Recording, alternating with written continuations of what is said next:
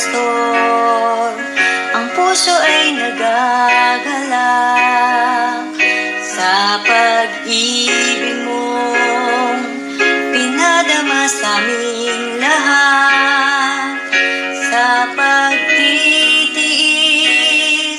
upang kami ay lumakas, pagpatuloy sundin nais ng Diyos natin. Kahit dumaranas ng pagsubok sa buhay mo, nananatili kang naglilingkod sa ating Diyos, pagkat nakatuon ang puso at isipan mo, maging tapat sa Panginoon na nagligtas.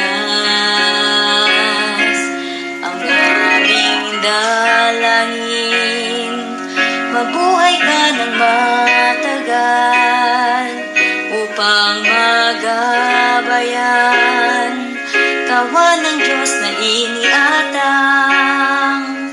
Mayroon mang masaktan, salita ng Diyos ipaglaban, kailangan itayo ang katotohanan.